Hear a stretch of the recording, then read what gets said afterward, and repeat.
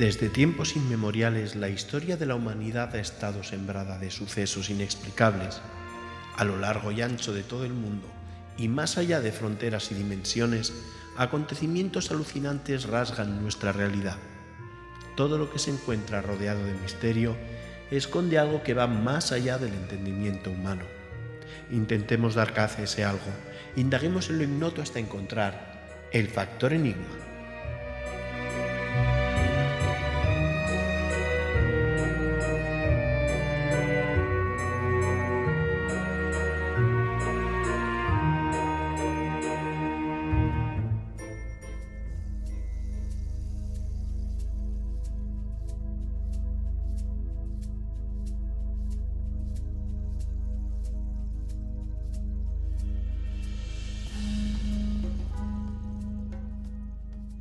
Hola, ¿qué tal? Muchas gracias por volver a visitarme. Como siempre, te doy la bienvenida a este pequeño rincón, donde entre libros, documentos, legajos y cajones llenos de pruebas y objetos asombrosos, repaso junto a ti los más misteriosos sucesos. Llevo unos días pensando en lo que ocurre en lo que podríamos denominar lugares marcados. ¿Por qué en algunas ubicaciones en las que suceden hechos luctuosos, posteriormente se producen fenómenos extraños? Hoy me gustaría centrar nuestra mirada en uno de esos lugares. Y curiosamente no es un edificio solitario, apartado, tenebroso, que sugestione e incite a sentir escalofríos. Se trata de una construcción relativamente nueva, que fue inaugurada el 13 de junio de 1968. Que fue reformada tras los acontecimientos de los que hablaremos y que en la actualidad ha vuelto a sufrir importantes reformas. Hoy te voy a hablar de un edificio en pleno corazón de la ciudad española de Zaragoza, en una de sus principales avenidas, a 10 minutos de paseo de la Basílica del Pilar. Un proyecto que ocupa una superficie de unos 2.000 metros cuadrados y 10 plantas, de los arquitectos Teodoro Ríos Usón y José de Yarza García. Un gran hotel de 5 estrellas actualmente propiedad de una importante cadena, por el que pasan miles de personas cada año, que cuando se construyó se bautizó como Corona de Aragón, que después se llamó Meliá Zaragoza y que ahora es el moderno y recién estrenado Inside by Meliá Zaragoza. Pero aunque no hablemos de una fría y desangelada mansión victoriana en medio de un páramo o de un islote remoto, este caso también es de los que vienen cargaditos y variados en cuanto a misterios e incógnitas se refiere. Inicialmente, hablaremos de un importante incendio, cuando el hotel se denominaba Corona de Aragón, rodeado de interrogantes y conspiración, diferentes teorías sobre si el fuego fue accidental o provocado, y en tal caso, por quién y con qué motivación. Por otro lado, tras el incendio y posterior reforma del edificio, comenzaron a darse fenómenos paranormales de varios tipos, vividos y narrados por personas que no tenían nada que ver entre sí, y concentrados sobre todo en determinadas partes del edificio, principalmente en una de las habitaciones, la 510, en la que unos meses antes de la última reforma que comenzó en 2018, este curioso que te habla puede presumir de haber pasado una noche.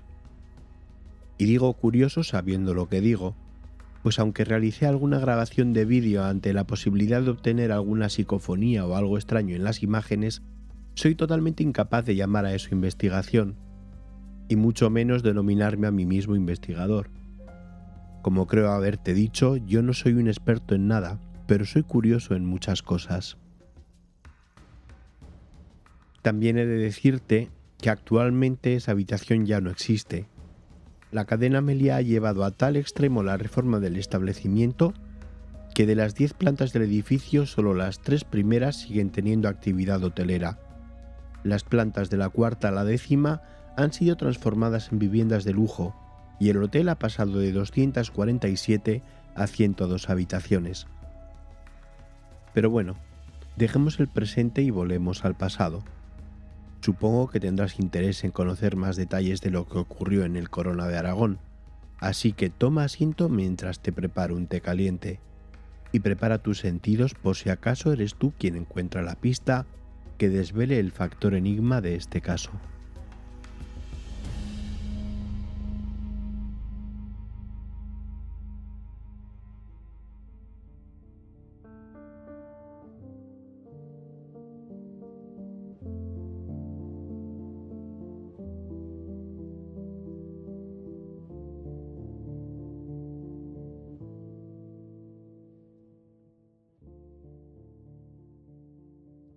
Centrémonos en el número 13 de la avenida César Augusto de Zaragoza, que entonces tenía otro nombre. Se llamaba Vía Imperial. El Hotel Corona de Aragón, propiedad de la empresa Turismo Zaragoza Sociedad Anónima, se desperezaba a eso de las 8 de la mañana, aquel jueves 12 de julio de 1979. Según el informe de la Jefatura de Policía, se hallaban ocupadas 190 de las 237 habitaciones del establecimiento, aunque el hecho de que la documentación del registro que debía ser entregada esa mañana resultara calcinada en el incendio, pudo generar dificultades tanto en el recuento de víctimas como en su posterior identificación. Por esa misma razón, el número de huéspedes que alojaba el hotel varía según la fuente que se consulte, pero podemos estimar una media de 250 personas. A las 8:15, el fuego se originó en la freiduría de la cafetería Formigal, en la planta baja, donde a esa hora se servían los desayunos. La versión oficial dice que la máquina que se utilizaba para la fritura de los churros comenzó a arder. El incendio se expandió de una forma pavorosa, y en pocos minutos el fuego y las llamas se propagaron por todo el edificio a través de los tubos de ventilación y chimeneas. ¿Ayudado también por otros factores? Parece ser que sí, pero esa opción no se barajó en un principio. Lo sucedido a continuación te lo puedes imaginar. Un edificio sin compartimentar, con revestimientos de madera, moqueta, corcho, con una normativa antiincendios bastante más laxa que la actual.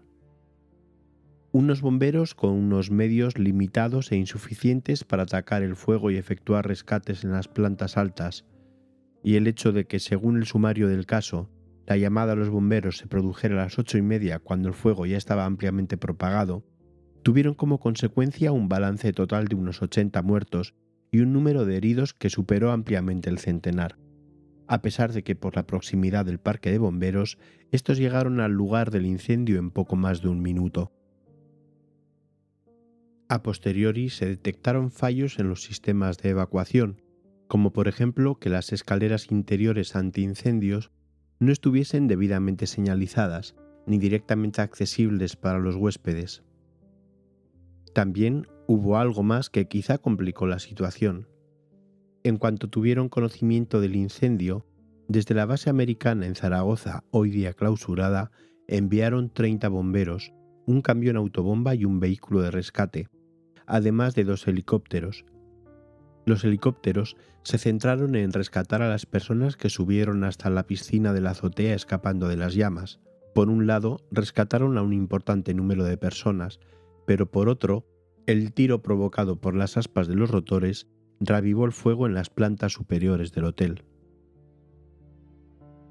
La mayoría de las muertes se produjeron por asfixia a raíz de la inhalación de humos, y unos pocos cuerpos sí se encontraron calcinados, pero más de un fallecimiento se produjo como consecuencia de caídas. Aunque algunos huéspedes se descolgaron hasta la calle utilizando sábanas anudadas, el pánico a morir abrasados empujó a varias personas a arrojarse desde los balcones. Algunos cayeron sobre lonas desplegadas por los bomberos, pero otros no tuvieron tanta suerte. El trágico destino no tenía en cuenta ni siquiera la edad de las víctimas. Como narraba un bombero en el periódico ABC del día siguiente, un matrimonio, con el afán de salvar a su hijo pequeño, lo arrojaron a la lona que sosteníamos nosotros desde debajo, pero desgraciadamente el cuerpo del niño rebotó en el alero de la puerta del hotel, estrellándose contra el suelo a nuestro lado. Ha sido horrible. Luego pudimos salvar a los padres con la escalera. Si no hubieran perdido los nervios. Tristemente conocido es el documento sonoro del reportero de la cadena SER, que realizando una crónica desde el lugar de los hechos, asiste en directo al momento en el que una señora se lanza al vacío desde una de las habitaciones. El enviado Aurelio Bautista de la agencia EFE recogía el testimonio de un hombre que derrotado repetía lentamente: «No me volveré a casar, no me volveré a casar». Ese hombre había perdido a su segunda mujer en el incendio, exactamente 1 año y 1 día después de que la primera muriese abrasada en el camping de los Alfaques. A nivel humano, el incendio fue un verdadero drama, y existen incluso testimonios que hablan de gente que murió rescatando a otras personas. Podríamos extendernos en narraciones de historias personales que sucedieron en el incendio del Hotel Corona de Aragón.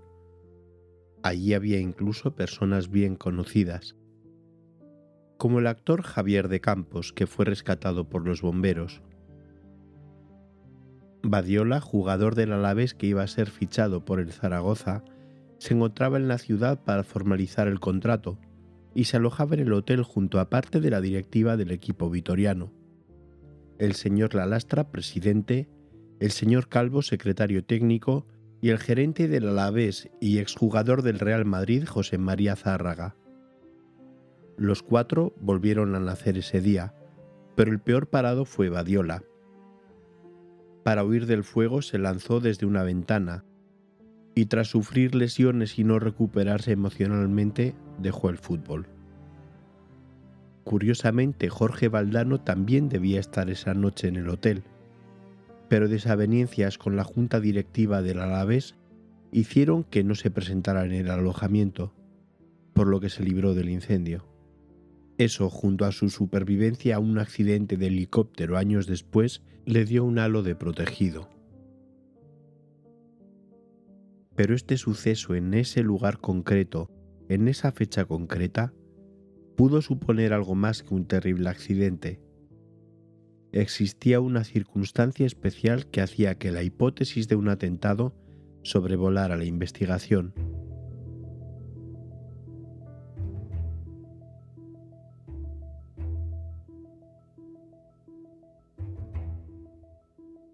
El hecho de ser el único hotel de 5 estrellas de la ciudad y su proximidad con la Academia General Militar, en la que se iba a realizar la ceremonia de entrega de despachos a la 36ª promoción, era la razón para que militares de diversa graduación junto a sus familiares se hallasen alojados en el hotel.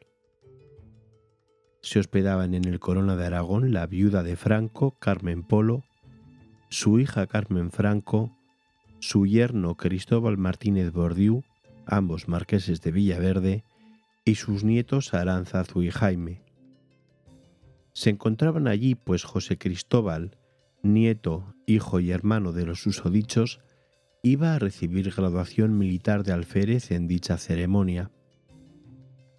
Además, entre los reputados militares de la época se encontraba en el hotel el jinete olímpico teniente coronel Alfonso Queipo de Llano, que falleció en el incendio. Su mujer, la aristócrata Sonsoles Álvarez de Toledo y Urquijo, fue posteriormente una de las fundadoras de la Asociación de Víctimas del Terrorismo. La hipótesis del atentado fue ganando peso con el tiempo, aunque en un principio se negó que se tratara de un ataque terrorista, quizá de hecho con muchas prisas, pues la misma mañana del incendio esa posibilidad ya fue negada por don Francisco Laína García, gobernador civil de Zaragoza. Entre ese mismo día y el siguiente se reciben llamadas en el Heraldo de Aragón y en Radio Bayona, reivindicando el atentado por parte de la banda terrorista ETA y del FRAP, aunque parece ser que oficialmente no se da verosimilitud a dichas llamadas, ya que el día 14 se publica que el gobierno de Adolfo Suárez confirma que se trata de un incendio fortuito. Aquí tenemos dos opciones: que realmente creyeran que el incendio había sido accidental o que se quiso tapar, digamos que por el bien general, que había una mano detrás del fuego. En 1980, varios informes, entre ellos uno del Ministerio de Defensa, indican que existía una alta probabilidad de que se utilizase algún acelerante como el napalm o algún tipo de material inflamable, debido a la velocidad de propagación del fuego y las altas temperaturas que se alcanzaron. También, en un informe se esclarecía que el incendio podía haber tenido 3 focos de origen simultáneos, además del de la churrera, tras un sofá, en un conducto de humos y junto a un piano. Según publicaba en 2004 el periódico de Aragón y en 2016 El País, el general Alfonso Armada, que después fue uno de los protagonistas del golpe de Estado del 23F, estaba en el hotel, pero salió ileso.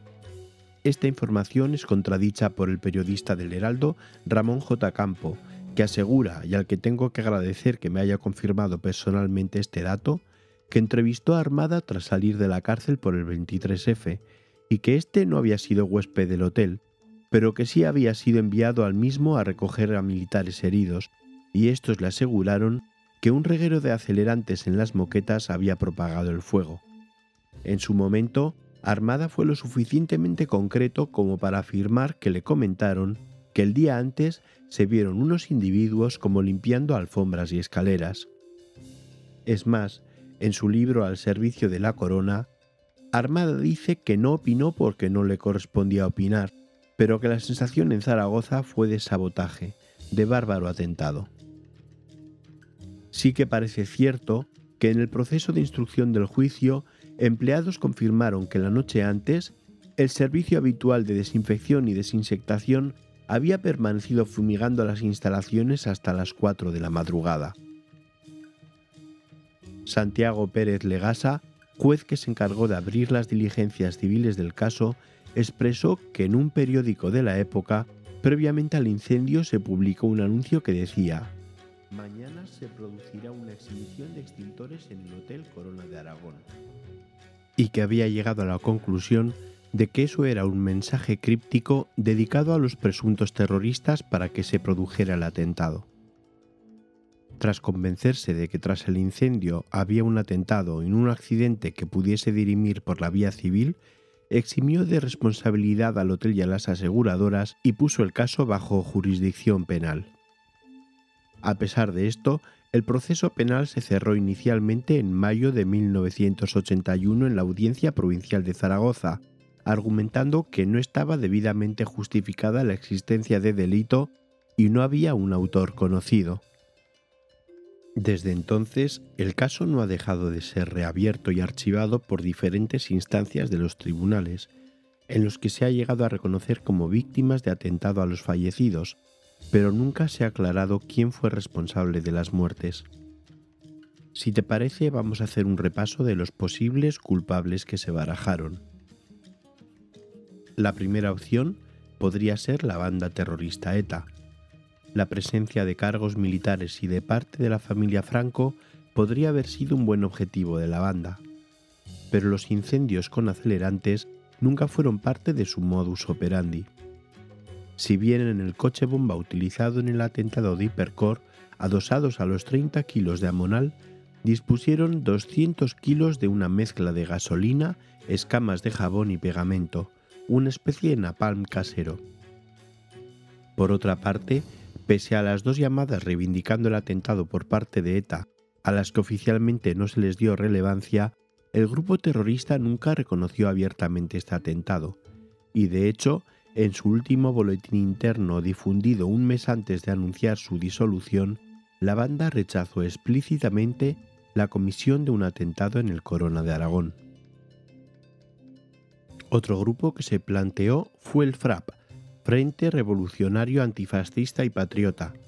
Esta organización de la extrema izquierda española, de la que se llegó a decir incluso que había reivindicado el atentado, se disolvió oficialmente en 1978, por lo que difícilmente pudo llevar a cabo el atentado del Corona de Aragón en 1979.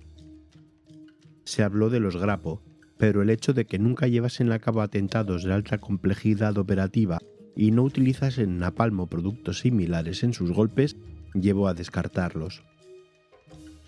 También se lanzó la hipótesis de que el atentado pudo ser provocado por algún grupo de extrema derecha, con la intención de que el ejército, al verse atacado de esa manera, reaccionase con un golpe de Estado que frenase la transición democrática. Pero también es cierto que este tipo de grupos no tenían una gran estructura ni organización. Las mentes más tendentes a la conspiración hablan además de las cloacas del Estado y ciertos servicios de inteligencia, llegando incluso a afirmar que se trató de un atentado de falsa bandera o un autoatentado. Bien es cierto que apoyan esta teoría en que el número de fallecidos es un poco ambiguo, que hay por lo menos un cadáver duplicado y 3 cadáveres encontrados con documentación falsificada. La documentación falsa podría ser explicada, ya que al encontrarse en el hotel personalidades tan destacadas como la viuda de Franco, no hubiera sido extraña la presencia de personal de servicios secretos o del mismo CSID, o incluso que personal militar utilizase documentación falsa por cuestiones de seguridad. En cuanto al cadáver duplicado, José Domingo Pujadas, empresario de Barcelona, falleció en el incendio. Fue declarado desaparecido y 2 días después las autoridades entregaron sus restos a la familia. Fue enterrado en el cementerio barcelonés de Montjuïc, pero el 25 de julio la prensa publicaba una foto por orden del juzgado de Zaragoza solicitando ayuda para la identificación de un cadáver del Corona.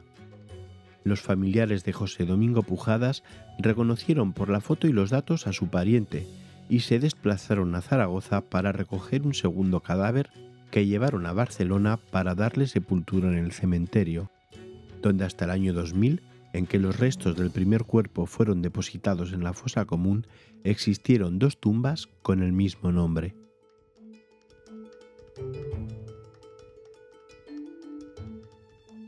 Además de la cifra de víctimas que baila entre los 73 y los 80 y pico según la fuente, he encontrado otras informaciones contradictorias en este caso. Por ejemplo, en alguna web se menciona que la churrera no estaba en el hotel, sino que se había estropeado y la estaban reparando en Barcelona. María García Roca, viuda del director comercial Francisco Sidera, que falleció en el incendio, asegura en el documental Los años del humo que un hombre que perdió a sus 2 hijos y a su mujer se salvó porque bajó a por churros y como la churrera del hotel no estaba encendida, se fue a la cafetería de enfrente. Cuando volvió, el hotel había empezado a arder. En el mismo documental, Ricardo Checa, jefe de recepción y director en funciones el día del incendio, asegura que estando él junto a la recepción atendiendo a 2 personas, llegó un camarero apurado pidiendo que avisaran a los bomberos, pues la churrera se había quemado y no podían apagarla.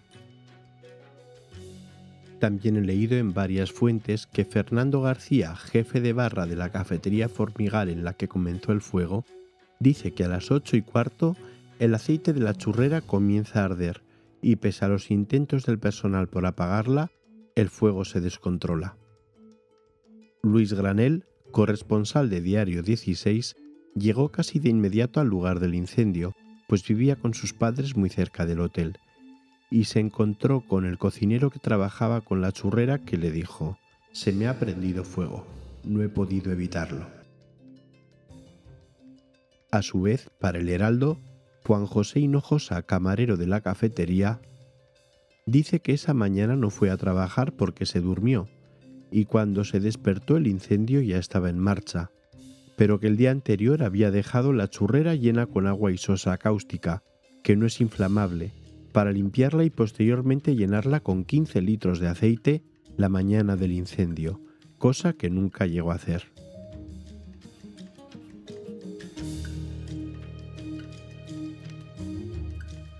Quizás sea posible que, viendo que no llegaba a ocupar su puesto, algún compañero en su lugar limpiase y rellenase la churrera.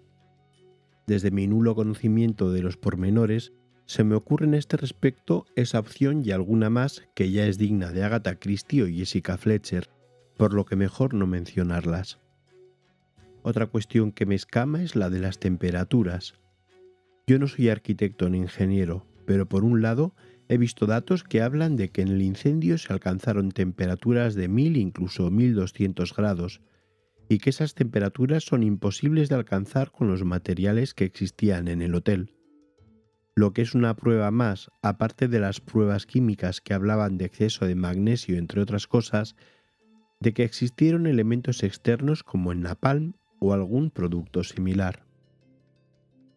Por otro lado, Carlos Melgares, bombero que participó en la extinción y ha dado ponencias sobre el incendio, indica que no se atreve a opinar si hubo atentado o no, pero que no cree que se utilizara napalm y que la temperatura no pudo ser tan alta, pues el forjado de hormigón se deshace a los 800 grados y la estructura del edificio aguantó perfectamente.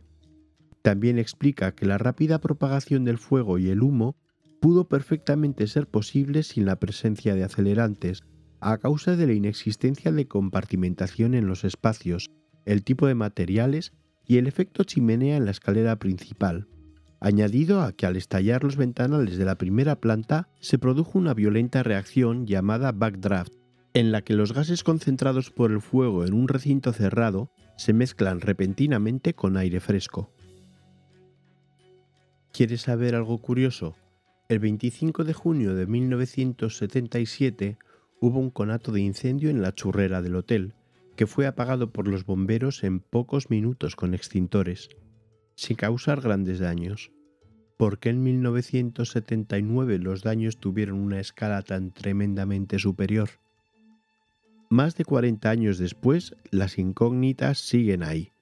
Aunque a nivel personal nos pueda dar en la nariz que aquello fue provocado o teorizar sobre quién lo provocó, nada se demostró o se quiso demostrar oficialmente entonces, y dudo que nada se pueda demostrar oficialmente a estas alturas. Lo que sí está claro, y esto no tiene nada que ver con el misterio, es que agarrándose a las sentencias que dijeron que en el incendio habían tomado parte agentes externos, los seguros y la empresa propietaria del hotel no cubrieron indemnizaciones, y que como no había un culpable, los familiares de las víctimas no fueron resarcidos hasta el año 2000, pero no como víctimas del terrorismo, sino como víctimas de actos que tienen la finalidad de alterar gravemente la paz y seguridad ciudadana, porque oficialmente en el Corona de Aragón no ocurrió un atentado terrorista. Pero no creas que la historia del Corona de Aragón quedó ahí. ¿Te apetece otro té para continuar?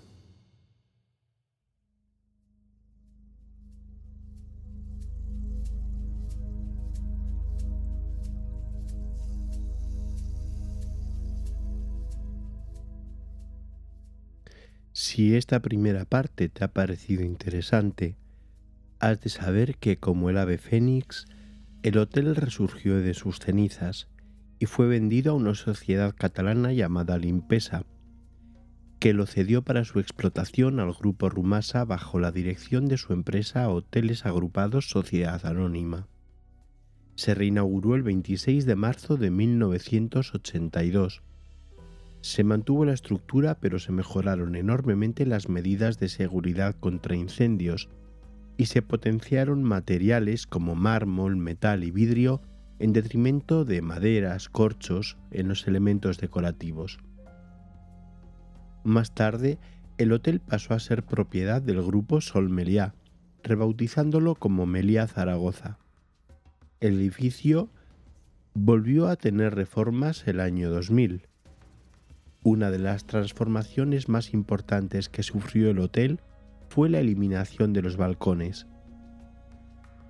Las habitaciones pasaron a tener dos ventanas, una luna desde media altura hacia arriba y otra bloqueada desde el suelo hacia arriba, como si fuese la puerta a un balcón que no existe, pues da un voladizo.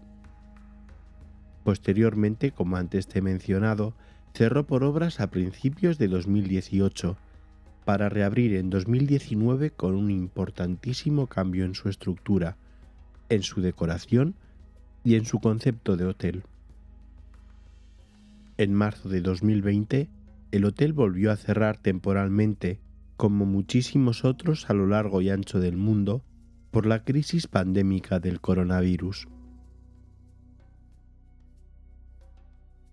Y no te he contado todo esto por simple curiosidad empresarial o histórica. Quería ponerte en el contexto de que el Corona de Aragón, a pesar de haber cambiado de nombre, ha continuado siendo un edificio vivo, habitado y por el que han pasado miles y miles de personas después de aquel pavoroso incendio, tanto trabajadores como huéspedes. ¿Y sabes qué? De esos miles y miles de personas, algunos han tenido experiencias que se pueden considerar extrañas y que durante todos estos años han sido atribuidas a algo que ha permanecido ahí impregnado desde aquel luctuoso suceso. El antiguo Corona de Aragón tiene su leyenda de hotel encantado, y esa leyenda es la que ahora voy a contarte.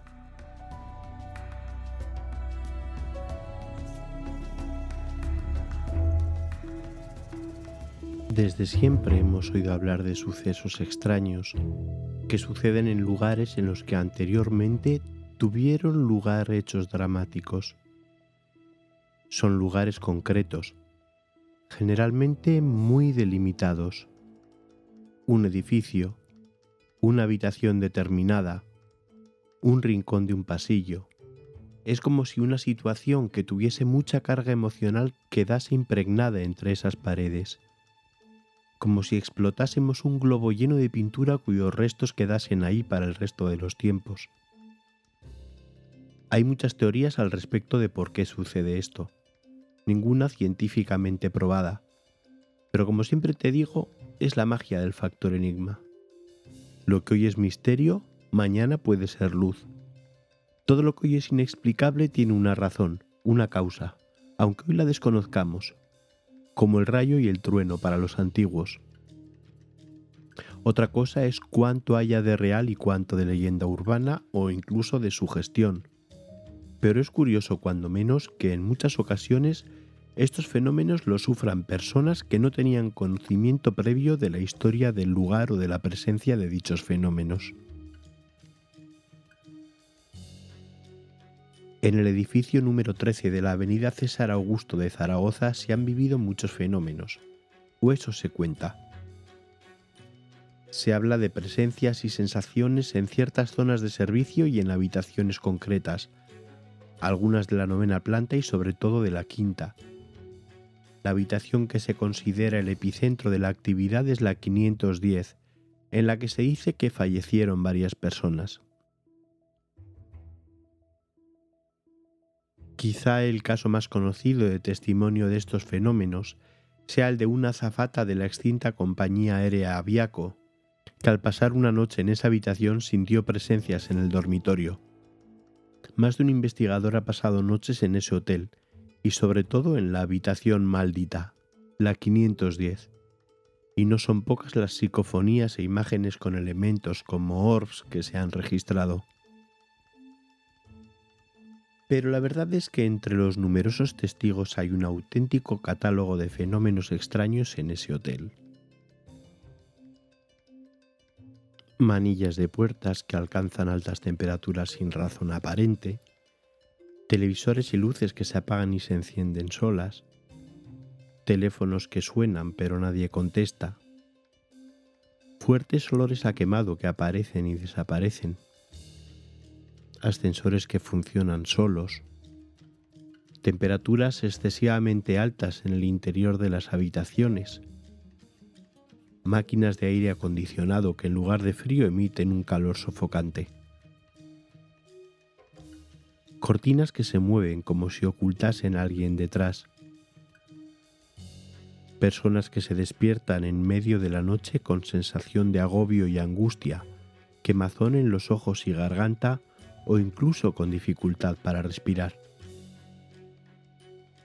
Son varias las personas que afirman haber sentido presencias y visto sombras, siluetas o incluso fantasmas en las instalaciones, como el de algún niño en la zona de cocinas, o personas intentando abrir ventanas en las habitaciones. En ocasiones se ven cosas por el rabillo del ojo que al mirar no están ahí. Estas presencias llegan en ciertos momentos a provocar efectos físicos, como tirones en la sábana o la sensación de peso de que alguien se sienta en el borde de tu cama. Clientes y empleados que sienten que les tocan o incluso les empujan cuando ahí no hay nadie. Huéspedes que, estando dentro de su habitación, escuchan pasos o carreras en el pasillo o notan que llaman a su puerta y al salir no hay nadie. Y además nadie ha pasado por ahí, pues las luces que se activan con detectores no se han encendido.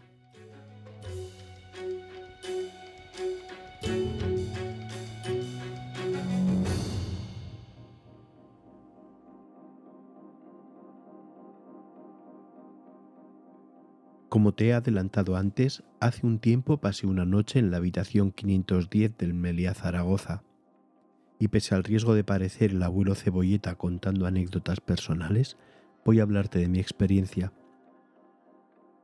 Mi acompañante y yo habíamos previsto un viaje a la zona de Cataluña, en la que, por cierto, teníamos establecido algún destino relacionado con el misterio del que quizá te hable en alguna otra ocasión, como por ejemplo pasar una noche de día 11 en la explanada de Montserrat, donde el contactado Luis José Grifol convoca a la gente desde 1977 para avistar ovnis. Casualmente, una modificación de última hora en el calendario laboral hizo que el viaje se pudiese alargar un día más, y aprovechando esta circunstancia, decidimos que podíamos adelantar nuestra salida al día 10 y así pasar media jornada en Zaragoza, pudiendo así visitar a mi hermana. Las carambolas del destino quisieron que casualmente ella no estuviese en la ciudad esos días, pero en lugar de cambiar de planes, ya que nos apetecía hacer una visita a un par de monumentos zaragozanos, decidimos reservar noche en un hotel de la ciudad. No fue premeditado que pasáramos la noche en el Meliá, pero al consultar nuestra web de reservas habitual, este fue uno de los primeros hoteles que nos sugirió, y el precio era razonable, así que dijimos, mira qué bien, pues pasamos una noche en el antiguo Corona de Aragón.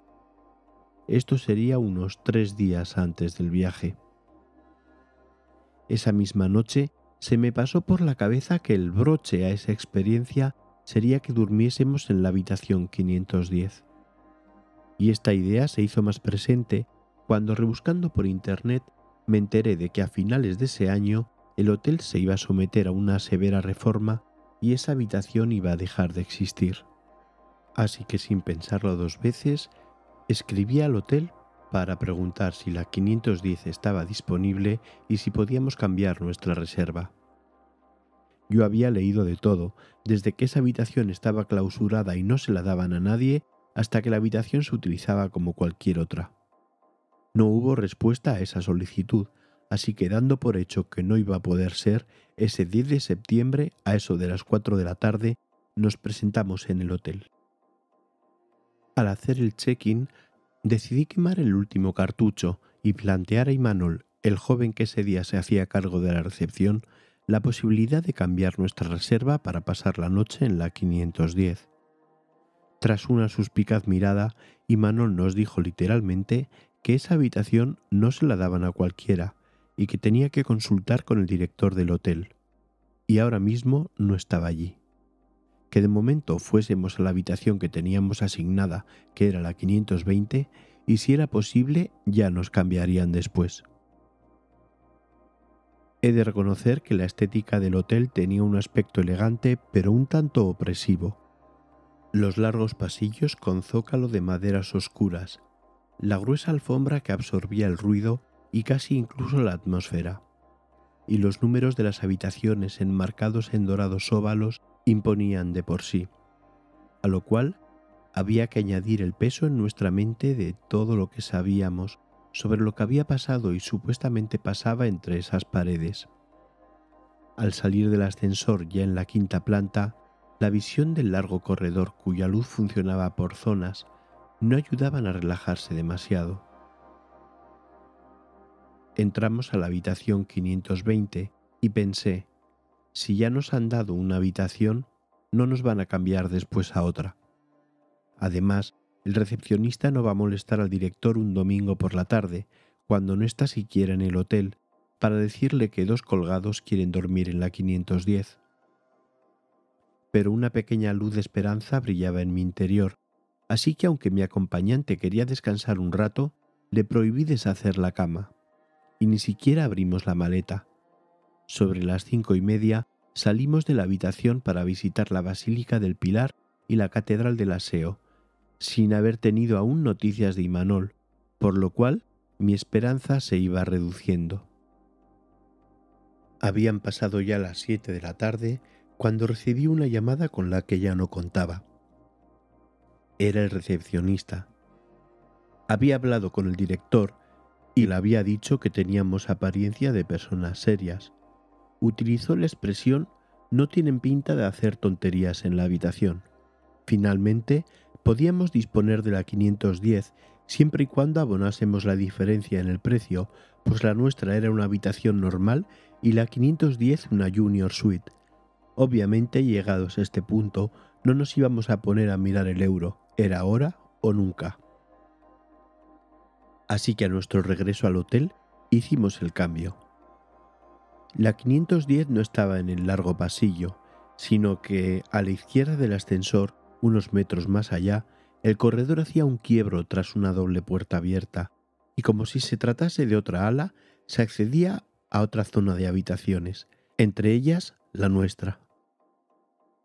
Entrar en la habitación de estilo muy clásico fue todo un ritual que está convenientemente grabado.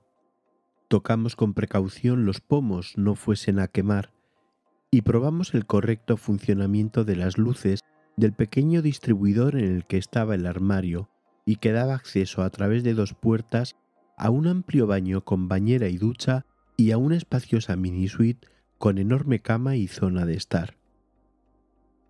No olía a quemado, sí a tabaco, pues la 5ª planta estaba habilitada para fumadores. Las tupidas cortinas cubrían toda la pared del fondo de la habitación, desde el techo hasta el suelo, ocultando las 2 ventanas, la que llegaba de suelo a techo y la que llegaba de media altura al techo. Con las ventanas advertimos un pequeño detalle. Siempre había oído que éstas estaban permanentemente bloqueadas y no se podían abrir. Pues bien, evidentemente, en las 2 habitaciones la ventana que llegaba desde el suelo hasta casi el techo como si fuese una puerta estaba cerrada con llave, pues en caso de abrirla y asomarnos, correríamos grave riesgo de caer al vacío. Pero la otra ventana, la que empieza por encima de la cintura y que no encierra aparentemente peligro alguno, en la 520 se podía abrir perfectamente, pero en la 510 no. ¿Casualidad? También había oído que las habitaciones estaban insonorizadas. No es cierto. Los ruidos del pasillo se oían sin problema, y el sonido de la calle bastante atenuado, pero también. No recuerdo ruido de las habitaciones contiguas, pero quizá estaban desocupadas. Lo que sí es verdad es que entre la moqueta, las gruesas cortinas y el revestimiento de la pared que era textil, todos los ruidos sonaban muy secos, como absorbidos. Me llamó la atención que había muchos espejos. El cabecero era un enorme paño de espejo sobre el que reposaba centrado otro espejo ovalado más pequeño, que estaba enmarcado con una gruesa y barroca moldura dorada. A los costados del cabecero había 2 paneles de resina imitando a madera tallada, también dorados. Por cierto, he llegado a ver un par de lotes de esos paneles imitando a madera que alguien ha debido rescatar de las reformas en una conocida página web de subastas. Si te das prisa, igual todavía puedas comprar alguno. Quizá uno de ellos fuese de la 510. Pero volviendo a los espejos, todos estaban enfrentados. El del cabecero con el de una cómoda que había frente a la cama. En el pasillo, el del armario con el del recibidor. E incluso en el baño. Los espejos enfrentados crean efectos ópticos extraños, sobre todo con poca luz. Tras el examen de la habitación, decidimos salir a cenar, dejando una cámara grabando. La cámara grabó 1 hora en Nightshot. Esa grabación está subida a la red. Si tienes curiosidad, puedes verla desde mi web elfactorenigma.com. Para no influir por si la quieres analizar, no diré si he descubierto algo o no en el audio o en el vídeo.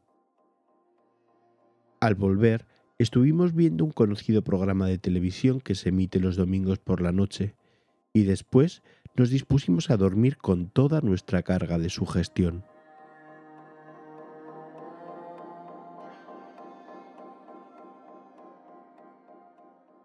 Supongo que después de toda esta historia querrás saber si esa noche ocurrió algo. Pues no, o sí. Es cierto que esa noche me desperté un par de veces, lo cual no es muy extraño cuando duermo en un sitio que no es mi cama. Pero hubo un par de detalles dignos de mencionar. No recuerdo haber sentido calor, pero es cierto que una de las veces que me desperté estaba sudando.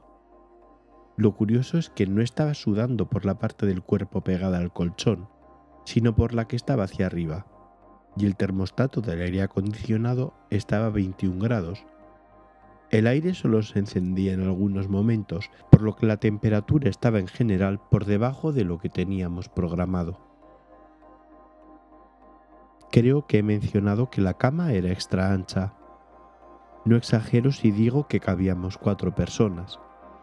Pues mi acompañante me dijo al día siguiente que en un momento entre sueños tuvo la sensación de que había alguien más tumbado entre nosotros, pero lo achaca a la sugestión y al estado de duermevela.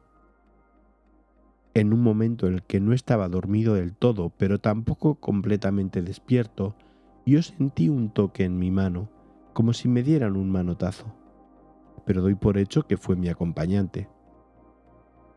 Por lo cual no puedo decir que fuese una noche tranquila, pero tampoco pasó nada que podamos considerar inexplicable. Por la mañana nos levantamos y nos duchamos. Ninguno notó que el agua repentinamente abrasase ni nada similar. Eso sí, había muy poca presión en los grifos.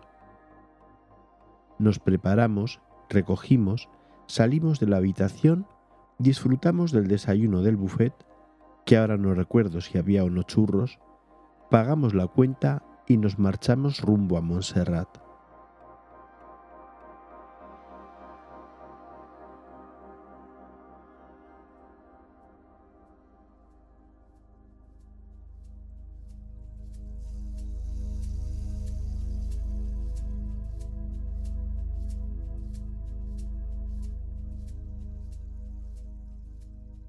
Y creo que por hoy ya te he contado muchas cosas. Nos vamos a alargar más de la cuenta.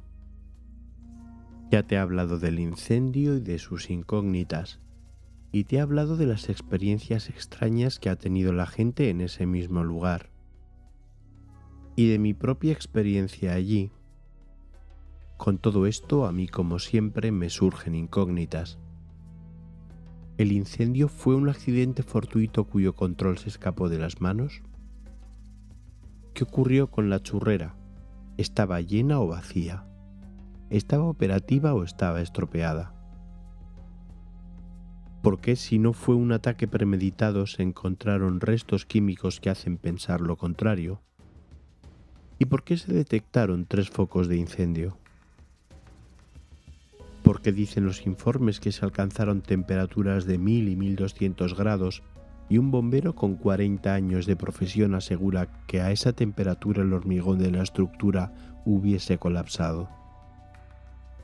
¿Por qué se propagó el fuego tanto y tan rápido en comparación con el incendio anterior en el mismo lugar?